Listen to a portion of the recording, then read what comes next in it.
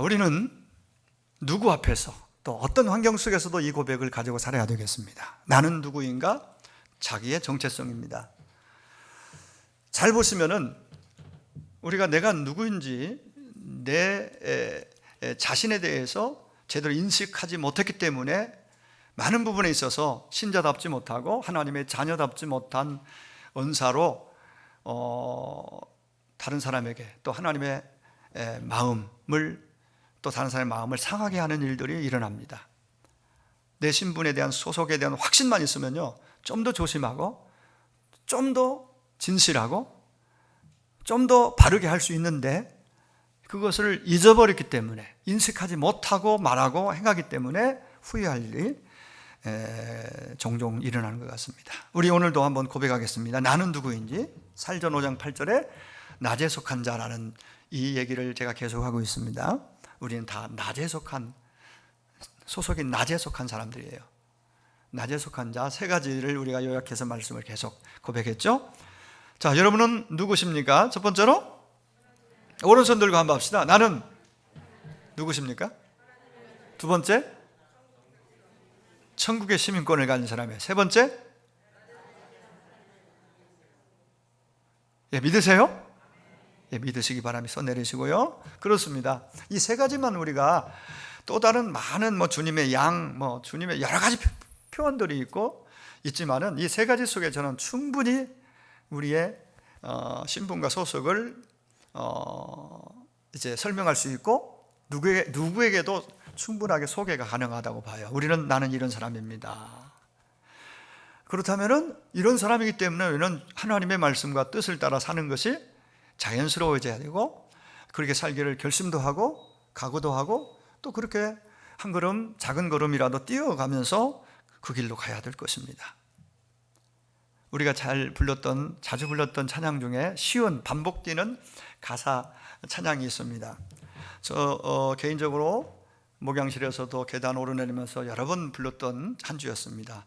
주님 뜻대로 살기로 했네. 거기다가 기도하면서 살기로 했네. 기도하면서 살기로 했네. 기뻐하면서 살기로 했네. 감사하면서 살기로 했네. 뒤돌아서지 않겠네. 이게 원래는 세 가사가 아니라 한 가사가 세 번 반복하고, 뒤돌아서지 않겠네.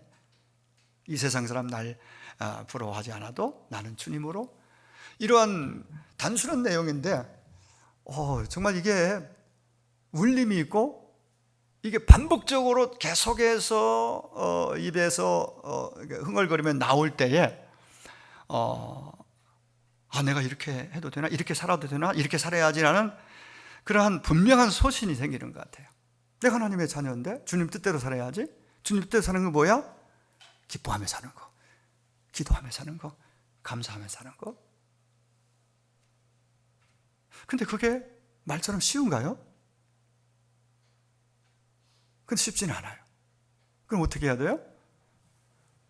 그래서 오늘 우리가 이렇게 같이 모여서 우리의 고민들을 고백하고, 또 말씀을 통해서 다시 한번 점검받고 고백하고, 그러면서 믿음이 점점 좋아지고 깊어지고 단단해지면은 이게 자연스럽게 기뻐하면서 무슨 일을 만나도 기도하면서 감사하며 사는 그러한 삶의 방식이 우리 자연스럽게 나타나는 것 같아요. 그리고 형성이 되는 것 같아요. 하루아침에 되지는 않는다고 봐요. 나이는 70인데 40대에 건강을 지닌 사람들이 있는가 하면은, 반대로 나이는 분명히 40인데 70대처럼 사는 사람이 있어요. 여러분 지금 현재 있는 현재 그 나이 연령대에서 여러분이 생각할 때 여러분은 어떻다고 생각되는지 한번 돌아보는 시간이 됐으면 좋겠습니다. 이것을 의학에서는 생년월일부터 산정된 물리적 나이가 아닌 몸의 생물학적 나이라고 합니다. 이것은 오랜 동안 어떤 행동이나 습관, 환경 요인에 의해서 많은 영향을 받는다고 해요. 소위 말해서 늙는 것을 막을 수는 없습니다. 누가 늙는 걸 막을 수 있어요? 죽음도 막을 수 없고, 늙어가고 결국은 죽음에 이르릅니다. 그런 늙어가는 것을 조금 늦출 수는 있다고 그래요. 아까 얘기한 분명히 70대인데 생물학적 나이는 40대예요. 생각만이 아니라 진짜 몸의 건강이 그렇고 그렇게 생각도 그렇고 몸도 그렇게 활력이 있어요. 얼마나 부럽습니까? 멋집니까? 늙는 것을 좀 늦추고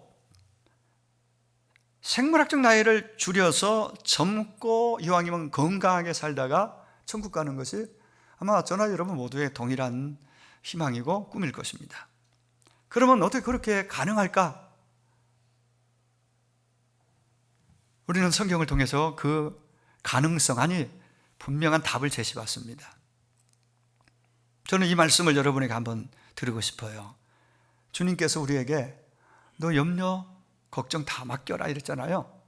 너 염려를 다 맡기라. 부분적으로 말고 다 맡겨라. 베드로전서 5장 7절 말씀이에요. 그리고 맡기라고만 하고 하나님께서, 주님께서 그냥 그 다음 어떤 해법을 맡겨라 해놓고 아무 얘기 없으면 우리가 답답할 노릇이죠. 맡겼는데 어떻게? 근데 그 다음에 말씀이 참 중요해요.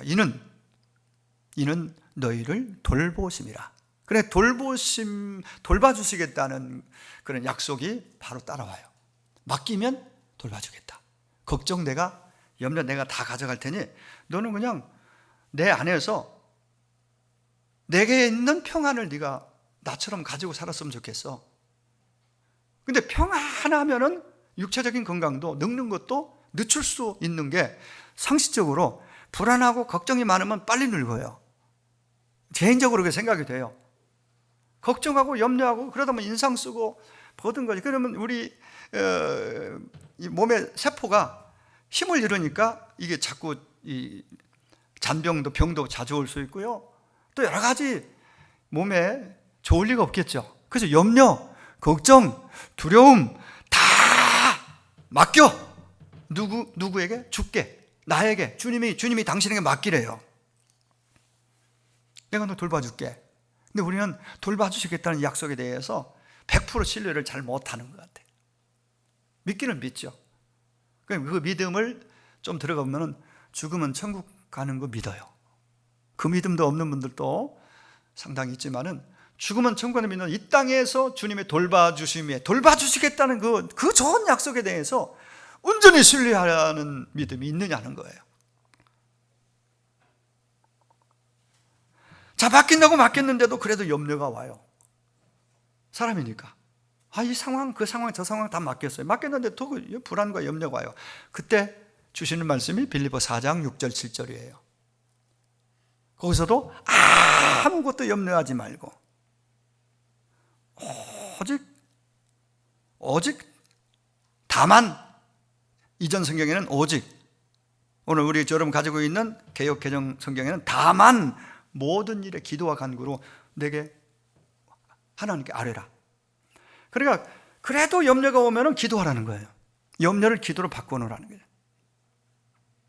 기도가 맡기는 것이고 또 믿음이 맡기는 거잖아요. 사실 믿음은 맡기는 것이고 그분을 신뢰하지 않고 어떻게 맡겨요? 하나님을 하나님으로 믿고 신뢰한다면, 그분은 전능하신 분을 알고 믿는다면 그분께 맡기면 돼요. 근데 여기서는 맡겨야지 하고 갔는데 집에 가면, 일터에 가면, 학교에 가면 못 맡겨요. 그러니까 불안하고 염려가 내 안에 염려가 나를 누르고 있어요. 근데 빌립보 4장 6, 7절을 메시지 성경으로 가끔 제가 인용하잖아요. 굉장히 마음에 딱 울림이 있어요. 제가 읽어드릴게요. 마음을 졸이거나 염려하지 마십시오. 염려 대신 기도하십시오. 간구와 찬양으로 여러분의 염려를 기도로 바꾸어 그랬습니다. 맡긴다고 맡기는데 염려가 오잖아요. 그러면 염려를 밀고 기도를 그 자리에 세우고 기도하라는 거예요. 기도로 바꾸어서 하나님께 여러분의 필요를 알리십시오. 그러면 모든 것이 합력하여 선을 이루게 된다는 믿음이 내 안에 생긴다는 거예요. 믿음이. 기도하면 하나님이 이 일을 통해서도 유익하게 하고 선을 이루시는 거라는 믿음이 내 안에 생기니까 여러분의 마음은 안정될 것입니다. 그 믿음이 오니까 마음이 안정. 우리 개역 개정 성경에는 평강을 약속하고 있어요. 기도할 때. 분명히 기도해서 어떤 환경이 내가 원하는 대로 바뀌지 않았는데 여전히 그 문제는 그 자리에 있는데 내 마음은 평안이 왔어요. 그러면 그 문제가 크게 문제로 보였는데 평안이 나를 지배하니까 마음이 안정 딱 되니까 문제는 결코 불안의 염려의 거리가 아니더라 이 말이죠. 그거면 됐잖아요. 그렇게 지내다 보니까 그 문제는 어느새 사라지고 없어지고, 아니면 그 문제를 나는 넘어서서 내 낮에 속한 자답게 그 길을 걷고 있더라는 거죠. 아까 제가 물리적 나이와 생물학적 나이 얘기했잖아요. 의사들이 얘기하는 물리적 나이는 한 해가 되면 뭐 50살, 51살, 52살, 60, 61살 이거 그 나이예요. 생년을 기쳐 태어난 날 물리적 나이. 생물학적 나이는 그냥 내 생각과 평소의 습관과 여러 가지에 의해서 영향을 받는데, 그 중에 하나가 중요한 포인트가 뭐냐면요, 스트레스예요. 스트레스. 우리가 잘 알고 있잖아요. 스트레스라는 것은 모든 병의 원인일 수 있고, 나를 마음의 주름살을 많이, 몸의 주름살을 많이 생기게 빨리 늙게 해요. 늙어 마음도 늙고 몸도 늙게 해서 노화가 빨리 오고 생각도 늙고. 그래서 거기에서 나오는 소리는 한숨 소리요, 그리고 안 되고 안 된다, 못한다는 소리가 쉽게 입에서 나와버리는 거죠. 이것도 안 되고 이것도 안 되고 늙고 있다는 거지. 많이 이게 생물학적 나이가 40대인데 그렇게 60대 70대처럼 그렇게 될 수도 있다는 얘기입니다. 그래서 모든 스트레스를 주님께 다 맡겨버린 결과가 뭐예요? 기쁨이에요. 맡기면 기쁨이 오고, 맡기니까 감사가 오는 거죠. 거기서부터 건강, 행복, 그것이 더 내 마음과 삶 속에 이제 일어나기 시작하는 것입니다. 잠언 17장 22절에 마음의 즐거움은 양약이라도 심령의 근심은 뼈를 마르게 한다고 하죠. 마음의 즐거움, 마음의 기쁨은 양약이에요. 이게 보약이에요. 보약 한 첩 비싼 거 드시는 것보다 마음을 주님 말씀대로 내가 기뻐하며 사는 거, 기쁜 거, 주님으로 인하여 기뻐하는 거. 기뻐하고 싶은데 기쁨이 안 오니까 하나님께 기도하는 거예요. 염려가 안 없어지니까 기도하라고 했어요. 염려가 안 없어지면, 맡겼다고 했는데 안 맡겨지니까 기도하는 거예요. 그럼 기쁨이 들어와요. 그게 기쁜 거예요. 마음의 기쁨, 즐거움이죠. 그게 보약이고 양약이다. 반대로 늘 마음에 어찌할꼬 하고 근심과 걱정과 두려움이 내 안에 마음에 있으면은 이것은 내 뼈를 마르게 한다. 뼈를 마르게 한다.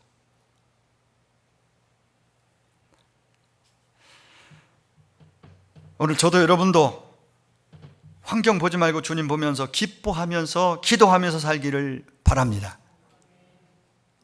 하루하루 기도하면서 살아야 됩니다. 염려거리들이 안 떠나니까 기도해야 됩니다. 그리고 일부러라도 웃고 기뻐하면서 살아야 됩니다. 기뻐하면서 사시기를 바랍니다. 주님이 원하시니까, 주님이 뜻이니까. 더 나아가서 모든 상황, 모든 여건, 모든 일과 속에서 어찌됐든 감사로 반응하고 감사하면서 사시기를 원합니다. 시편 50편 23절에 감사로 제사를 드리는 자가 나를 영화롭게 하나니. 하나님이 기뻐하시고 하나님을 영화롭게 하는 방법이 뭐냐? 바로 감사하는 거예요. 감사로 제사를 드리는 자가, 감사로 예배하는 자, 감사로 봉사하는 자, 감사로 헌신하고, 감사함으로 밥 먹고, 감사함으로 일터가고, 감사함으로 잠자고, 감사함으로 모든 걸 감사함으로. 감사는 순종이고 제사입니다. 예배입니다. 내 마음에서, 내 입에서 감사가 고백되어진다는 것은 내가 하나님의 은혜로 산다는 것을 인정하고 고백하는 거예요. 반대로 나도 모르게 입에서 자꾸 원망이, 불평이 흘러나온다. 하나님의 은혜로 산다는 것을 내가 잊어버리고 있는 모습입니다. 은혜 아니면 호흡 하나, 물 한 모금 마시거나 호흡 숨 한 모금 마시는 것도, 공기 마시는 것도, 이거 정말 하나님의 은혜라는 것을 건강할 때 우리는 잘 몰라요. 산소 끼고 그 간접, 그 힘으로 생명 유지하는 분들을, 그 자리에 갔다 온 사람은 이게 내 자가 호흡할 수 있다는 것이 얼마나 큰 은혜고 얼마나 큰 기적 같은 일인지를, 우리가 늘 기적을 살고 있잖아요.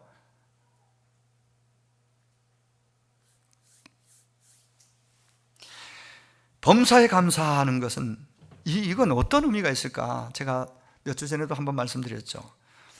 엔판티라는 헬라어는 영어로 보면 all, 또 every라는 의미가 그 속에, all, every, 모두를 포함하는 말이에요.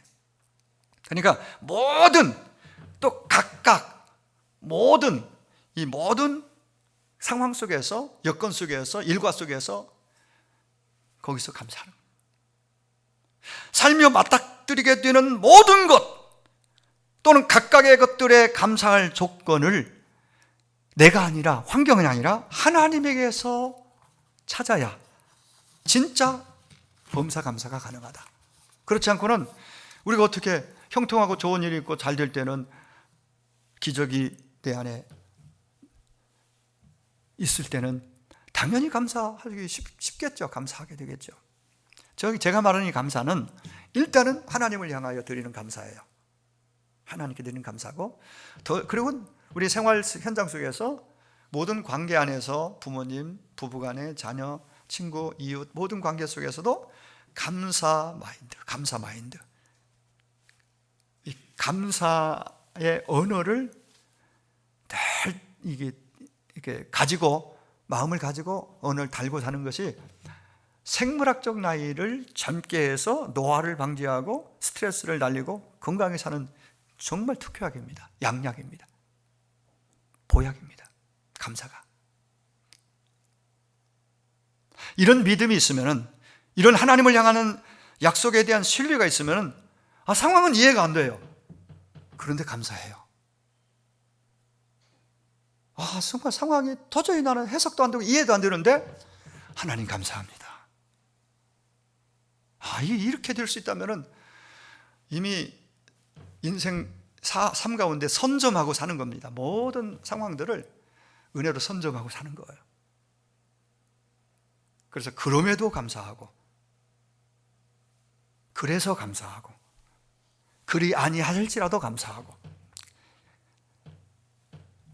여러분, 기쁨과 달리 감사는 상태가 아니라 행위입니다. 분명히 내 성격과 성향과 입장에서는 불평할 수밖에 없는 상황인데도 불구하고 맡기고 감사하는 거예요. 상황이 되면 감사하라 하신 것이 아니라 범사에 감사하라. 상태가 아니라 행위. 여러분, 성경이 말하는, 주께서 말씀하시는 감사는 세상이 주는 어떤 조건에 의해 결정되는 것이 아니라 하나님이 주시는 어떤 약속에 의해서, 말씀에 의해서 결정됩니다. 이것이 그리스도 예수 안에서 너희를 향하신 하나님의 뜻이니라 분명하게 선언하셨습니다.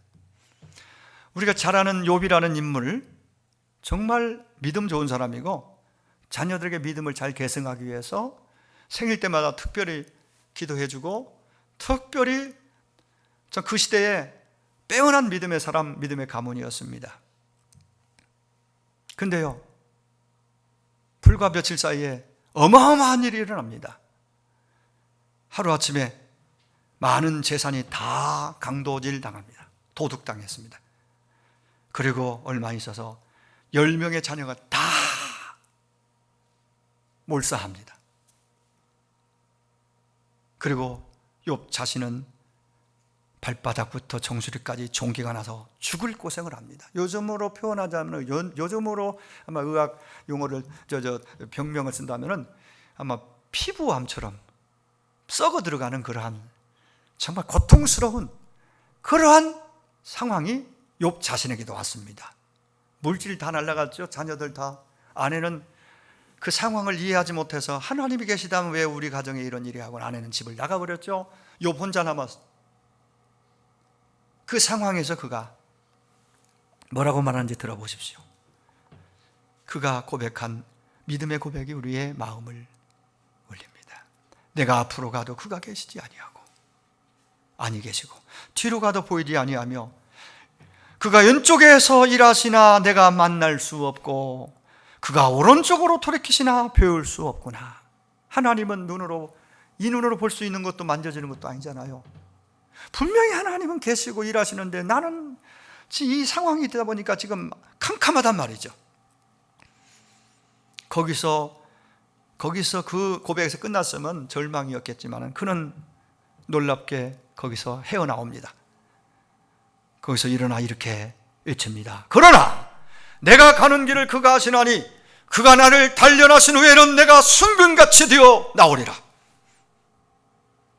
우리가 하나님을 볼 수 없다 할지라도 그 하나님은 나를 보고 계시고 나를 알고 계시고, 이 고백입니다. 분명히 하나님이 일하시는데 만져지지 않고 들려지지 않고 뭐가 있는데 느껴지지 않은 답답함이 있어요. 그런데 하나님의 약속을 붙잡고 그런 하나님을 자신의 하나님으로 고백하고 있는 모습이에요.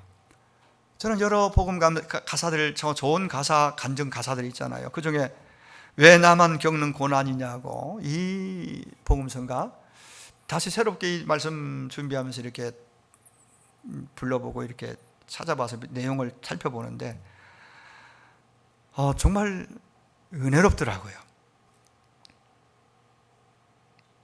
가사를 여러분이 아시고 또 잊으신 분도 있을 것 같아서 읽어드릴게요.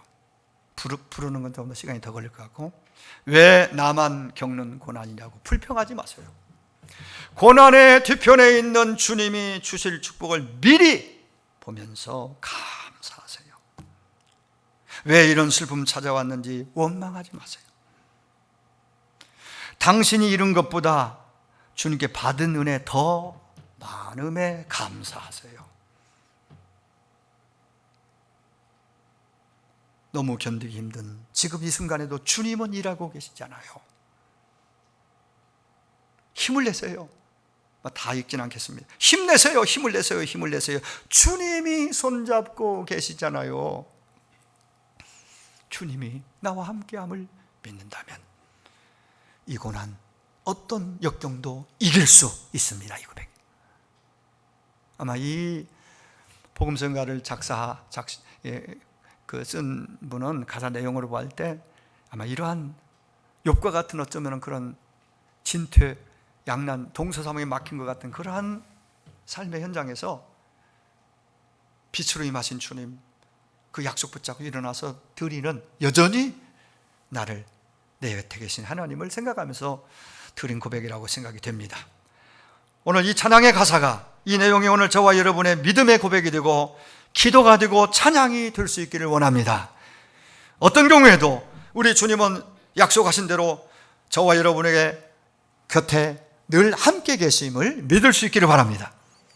범사에 감사하라. 이것이 그리스도 예수 안에 너희를 향하신 하나님의 뜻이니라. 이것이 너희, 즉 성도, 우리를 향한 하나님의 뜻이라 감사하는 것이 그렇게 말씀하세요. 낮에 속한 신분을 가진, 낮에 속한 하나님의 자녀된 오늘 저와 여러분을 향한 하나님의 뜻이 여기에 있다. 감사하는 거, 기뻐하며 사는 거. 기뻐하고 싶은데 기쁨이 잘 안 올 때에 기도하라. 기도하는 거. 감사해야 되는데 감사 입이 안 터졌다. 기도하는 거. 맡긴다고 맡겼는데 도로 찾아와서 안 맡겨진다. 안 맡겨주니까 기도하여 염려를 기도로 바꿔라. 빌립보 4장 6절. 우리의 삶의 방식이 무엇인지를 말해줍니다. 낮에 속한 자의 삶의 스타일은, 방식은 바로 여기에 있다. 감사하는 거. 감사하는 것. 우리는 다 그리스도 안에 있는 사람들이라고 말합니다. 그리스도 안에 있는 하나님의 자녀요 백성이기 때문에 그러니까 네 신분 잊지 말고 감사하라. 우리 하나님은 우리의 삶의 모든 환경들을 사용하셔서 때로는 우리를 어루만져 주시고, 때로는 깨우치시고, 때로는 깨트리시고, 나쁘게 보이는 것을 통해서도 결국 선을 이루어 가시는 좋으신 하나님,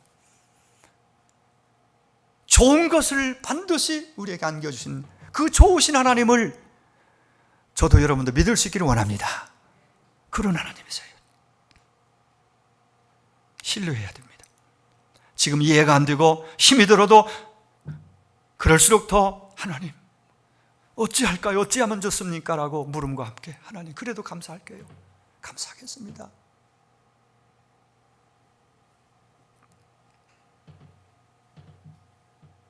내 인생 가운데 우리 가운데 일어나는 모든 일들을 우리가 어떻게 다 해석할 수도 설명할 수도 없어요. 천재라 할지라도 어떻게 그걸 이해하고 해석이 가능하겠습니까? 그냥 하나님은 아시니까 맡기고 오늘도 그분 때문에 기뻐하고 그분을 생각하며 감사하고 선하심을 믿고, 이것이 하나님의 뜻이라고 말씀하시면 하나님이 기뻐하시는 일이라는 뜻이에요. 감사하는 것이 하나님의 뜻이요, 이게 바로 하나님이 기뻐하시는 일이라는 얘기입니다. 아무리 어렵고 힘든 상황일지라도 범사에 감사하기로 선택하라는 것입니다. 모든 일을 감사의 렌즈를 끼고 한번 보라는 것입니다. 이 감사가 이 땅에서 주님이 주시는 위로와 평안과 기쁨을 누리는 비결입니다. 아무리 힘들어도, 그리고 또 힘들어도 감사하기로 결단하고 감사하며 나아가면 그 속에 하나님의 능력이 머물기 시작하는 것입니다. 하나님의 능력이 내 안에 머무는 것입니다. 1704년 독일의 베냐민 슈몰크 목사님 내외분이 신방을 갖다 집에 왔습니다. 집에 와보니 모두 불타버렸어요. 어린 형제가 집에 있었는데 아무리 불러봐도 소리는 없고 불구덩이 속에서 새카맣게 죽어 있었습니다. 목사님 자녀 두 아들이.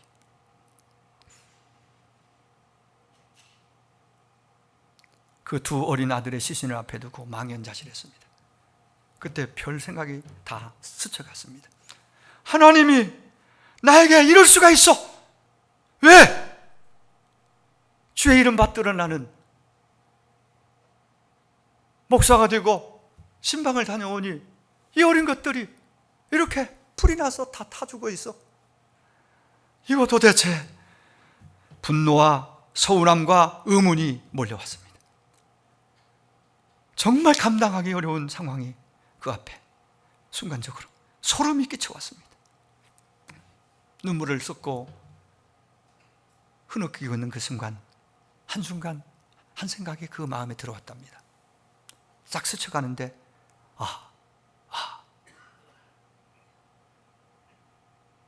여기 무슨 뜻이 있단 말인가? 무슨 뜻이 있단 말인가? 그 와중에 그런 생각이 딱 들어오면서 마음의 평안이 싹 들어오더랍니다. 그리고 그 마음에 여러 가지 정리되는 생각들이 있어서 영감이 딱 떠오르는 걸 글로 적었습니다. 글로 적어서 곡을 붙여 나온 그 찬양이 549장입니다. 내 주여 뜻대로 행하시옵소서. 온 몸과 온 영혼 다 주께 드리니 이 세상 고락간 주 인도하시고 날 주관하사 뜻대로 하소서. 홀브루크라는 분이 곡을 붙였는데 이것이 바로 우리가 즐겨 부르는 이 찬양입니다. 가사 내용은 슈멀크 목사님, 그분이 영감으로 쓴 거고. 여러분, 행복이나 기쁨이나 감사함의 삶은 그냥 얻어지는 것이 결코 아닙니다. 주어진 환경에 대해서 어떻게 내가 반응하느냐, 정말 그런 어떤 상황이 왔을 때 당연히 우리 사람이니까 왜 나에게, 왜 우리 가정에, 내가 주의 뜻 받들고 내가 이 믿음의 길을 걷고 있는데 왜 하고 정말 이해할 수 없는 그 사건과 상황 앞에 정말 무너지는 것 같은 그러한 심정적으로, 심리적으로 그런 감정이 휩싸일지라도 주의 이름을 부르며 다시 일어나는 모습입니다. 감사는 하나님이 기뻐하시는 뜻입니다. 사도 바울은 골로새 교인들에게도 이렇게 촉구했습니다. 믿음에 굳게 서서 감사함을 넘치게 하십시오. 믿음이 튼튼해야, 믿음이 성숙해야 모든 환경 속에서 감사할 수 있다는 것을 바울은 거기서 권면하고 있습니다. 바라기는 어떤 상황이나 환경이나 입장에서도 믿음으로, 주님을 의지함으로, 신뢰함으로 정말 감사를 선택하며 살아갈 수 있는 저와 여러분이 되기를 주의 이름으로 축원합니다. 그게 안 되니까 기도하라고 성경은 말하고 있는 것입니다. 기도하면 감사가 가능해진다, 기뻐하는 것이 가능해진다라고 보신 거예요. 그래서 항상 기뻐하라, 쉬지 말고 기도하 범사에 감사하라. 기뻐하고 감사하는 이 행복의 귀한 요소들이 잘 쉽지 않으니까 중간에 기도라는 중요한 포인트를 거기에 담아서 기도하라, 쉬지 말고 기도하라. 그러면 기뻐할 수 있고 감사할 수 있다. 그래야 네가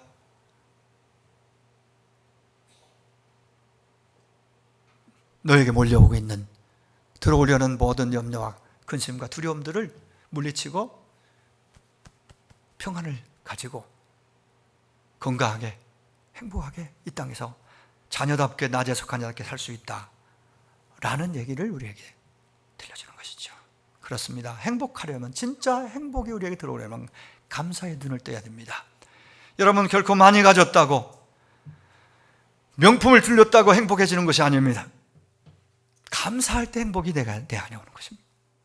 행복은 소유의 크기가 아니라 감사의 크기라고 말합니다. 감사가 바로 행복의 문을 열고 여는 열쇠와 같습니다.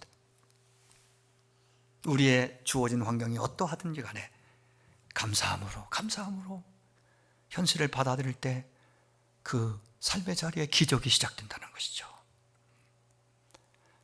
스펄전 목사님이 외쳤던 간단한 한 문장이 우리에게 큰 도전이 됩니다. 불행할 때 감사하면 불행이 끝난다. 잘 될 때, 형통할 때 감사하면 잘 되는 것이, 형통한 것이 연장된다. 그렇습니다. 감사할 때 우리의 인생길에 닫혔던 문도 열려지는 것입니다.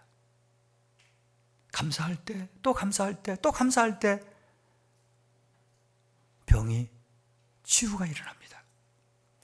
보약을 먹고, 좋은 약을 먹고 병원 치료를 필요하면 받아야 되지만은 감사가 빠지면 안 됩니다.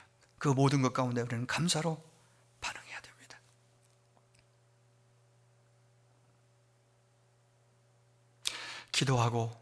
기도하면은 평상시 우리 눈으로 보지 못했던 것들이 보이기 시작한다고 하는 걸 기억하십시오. 평소에는 당연하게 생각했던 것들을 기도를 통해서 그것 역시도 하나님께서 내 삶 가운데 베풀어 주신 은총이구나, 선물이구나, 기적이구나 라는 것을 평상시에는 그냥 당연히 그냥 취급하고 생각지도 않았던 것들이 그게 감사로 느껴지고 기적같이 여겨진다는 얘기예요. 가끔 은퇴하신 목사님, 선배 목사님이 좋은 글들을 보내주는데 제가 그 글을 읽으면서 감동이 돼서 그 말씀을 좀 나누면서 마무리하려고 합니다. 그분의 글이 아니라 그분도 좋은 글이 있어서 제가 나누려고 제가 보내준 글이라는 거 말씀드리고요. 오랫동안 살던 동네를 떠나 다른 곳으로 이사를 하게 된 한 부부에게 초등학생 딸이 있었습니다. 딸을 새 학교에 이제 전학을 온 거죠. 데려다 주고 그날 첫날 아이가 이제 학교에서 어떤 행동을 했는데 그 얘기를 듣고는 그 부모는, 아이의 부모는 정말 할 말을 잃었다고 그래요. 자, 학교 수업을 마친 뒤에 아이가 이제 오는 거 데리고 이제 온 가족이 함께 식당에 갔습니다. 딸은 그날 학교에서 있었던 이야기를 이제 물으니까 하기 시작하는 거예요. 사유 시간에 세계 7대 불가사의에 대한 사유 시험을 봤어요. 다른 아이들은, 거기 계속 학교 다니는 애들은 이미 배우고 요점을, 포인트를 줬겠죠. 그래서 잘 이제 준비가 돼서 답을 잘 써내려갔는데 처음 전화가 왔으니까 그 부분을 아직 안 배운 이 아이는 난감한 표정을 짓고 있었습니다. 그때 선생님이 다정하게 다가오셔서 말씀하는 겁니다. 걱정하지 말고 네가 아는 걸 써. 네가 아는 거 쓰면 돼. 용기를 줬습니다. 자, 시험이 끝나자 선생님은 정답을 공개했습니다. 정답 7가지, 세계 7대 불가사의. 2007년도 발표된, 찾아보니까 2007년 발표된, 새롭게 발표된 7대 불가사의더라고요. 페루 잉카의 유적지 마추픽추, 두 번째 브라질 예수상, 간단하게 멕시코 마야 유적지, 인도 타지마할, 궁전의 왕관이라는 뜻이 있더라고요. 타지마할.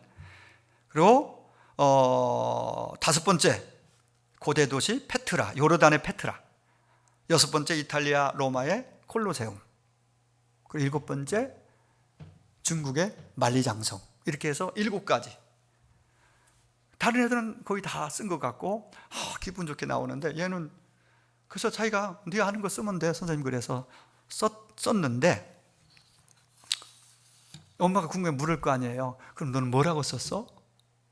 그러니까 이 딸아이가 이렇게 대답을 했습니다. 나는 선생님이 그냥 쓰라고 그래서 이렇게 썼어요. 어떻게? 세계 7대 불가사의. 첫 번째, 볼 수 있는 거.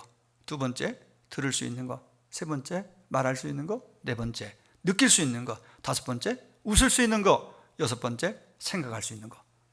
그리고 7번째, 사랑할 수 있는 거. 여러분 어떤 생각이 드세요? 전혀 하나도 맞는 건 없잖아요. 또 이 얘기를 엄마가 들으면서 감동이 됐고 눈물을 흘리게 됩니다. 그러면서 자신들이 이미 가지고 있는 것들이 얼마나 소중하고 기적같이 그리고 감사한 일인지, 하나님이 아무 대가 없이 주신 모든 것들이 정말 그게 불가사의한 것들이었구나, 이걸 깨닫게 되었다고 합니다. 여러분, 이 좋은 봄날 밖에 나가보면 꽃이 벚꽃은 지지만 또 목련도 지고 또 철쭉도 지고 있지만은 또 다른 면에서 다른 꽃들이 올라오고 푸르름이 이제 점점 짙어지는 봄, 깊어지는 봄입니다. 좋은 계절인데요. 하나님이 창조하신 아름다운 자연을 내가 내 눈으로 볼 수 있고 지금 호흡하고 이 모든 걸 누리는 것, 아름다운 음악을 들을 수 있고 또 운동하고 커피 마시며 성경 읽고 기도할 수 있는 것, 이 모든 것들이 사실은 기적이고 불가사의한 일이다. 기적은 너무너무 많이 가까이 있는데 우리는 일상의 감사함과 행복을 모른 채 너무 먼 곳을 향하여 아둥바둥 살고 있지는 않는지. 중국 속담에 기적은 하늘을 날거나 바다 위를 걷는 것이 아니라 땅에서 걸어 다니는 것이다 라는 속담이 있답니다. 땅에서 걸어 다니는 것은 우리는 기본이고 그냥 당연한 것으로 우리 다 이해하지 않습니까? 근데 그 속담이 참 와닿는 것은 이 걸을 수 있는 것 자체가, 말할 수 있는 것 자체가, 호흡하고 먹고 마실 수 있는 것 자체가 볼 수 있는 것이 기적이라는 거예요. 그렇습니다. 기적은 내가 가까이에 있습니다. 진짜 행복은 감사로부터 시작입니다. 감사는 기적을 만드는 첫걸음이 될 것입니다. 오늘의 감사가 내일의 기적을 만듭니다. 진정한 행복과 감사와 기적은 주님으로부터, 주님을 만남으로 시작되는 것입니다. 우리는 주님을 만난 낮에 속한 하나님의 자녀요, 언제든지 천국 갈 수 있는 준비가 된 천국의 시민권자라고 아까 고백을 하지 않았습니까? 여러분, 만물을, 천지를 지으신 창조주 하나님을 우리가 아버지라고 부르고 있지 않습니까? 기적 같은 일입니다. 불가사의한 일입니다. 하나님의 독생자 예수님이 나의 죄 때문에 십자가에 못 박혀 죽으시고, 기적이에요, 기적. 그리고 나를 위하여 부활하셨어요. 나를 의롭게 하시려고, 죄를 도말하시고 의롭게 하시려고, 죄를 속하시고 의롭게 하시려고. 기적입니다. 그 좋으신, 전능하신, 전지하신 그 하나님 아버지 앞에 언제든 기도할 수 있는 것, 기적입니다. 그렇게 믿어지고 믿을 때에 감사가 이루어지고, 감사는 언제든지 고백될 수 있는 거겠죠. 그런 게 다 있는 것이고, 그냥 보편타당한, 그리고 일상적인 거 그냥 늘 있는 걸로 우리가 그렇게 받아들이고 그렇게 지나갈 때에 감사는 메마른 것입니다. 그분께 기도할 수 있는 기적, 믿음의 가족들과 서로 은혜를 나누고 함께 예배하고 함께 봉사하고 또 서로 위하여 기도할 수 있는 것, 이 또한 기적일 것입니다. 사랑하는 여러분, 우리는 사실 매일매일 기적을 살고 있습니다. 그럼에도 우리 입술의 감사는 점점 줄어들고 있습니다. 입술의 감사가 줄어든다는 것은 마음이 메말랐다는 얘기고, 그 결과가 입술에 날카로운 언어, 원망, 불평, 염려거리, 시기, 질투, 이런 것들이 표정으로, 언어로 나오는 것입니다. 이번 한 주 하루하루, 아니 매 순간 우리 모두 우리 주님이 주시는 은혜에 감사하고, 은혜를 은혜로 알고 감사로 화답하고 고백하고, 소중한 가족 주심에 감사하고, 예배 드릴 수 있음에 감사하고, 서로 위하여 기도할 수 있음에 감사하고, 매일매일 주님과 가까이 동행함으로 주님이 주시는 그 행복, 그 기쁨, 여러분 마음껏 누리시면서, 그리고 다른 사람에게도 복이 되어서 다른 그 복을 흘려보내며 살아가는 우리 모두가 되기를 주의 이름으로 축원합니다. 기도하겠습니다.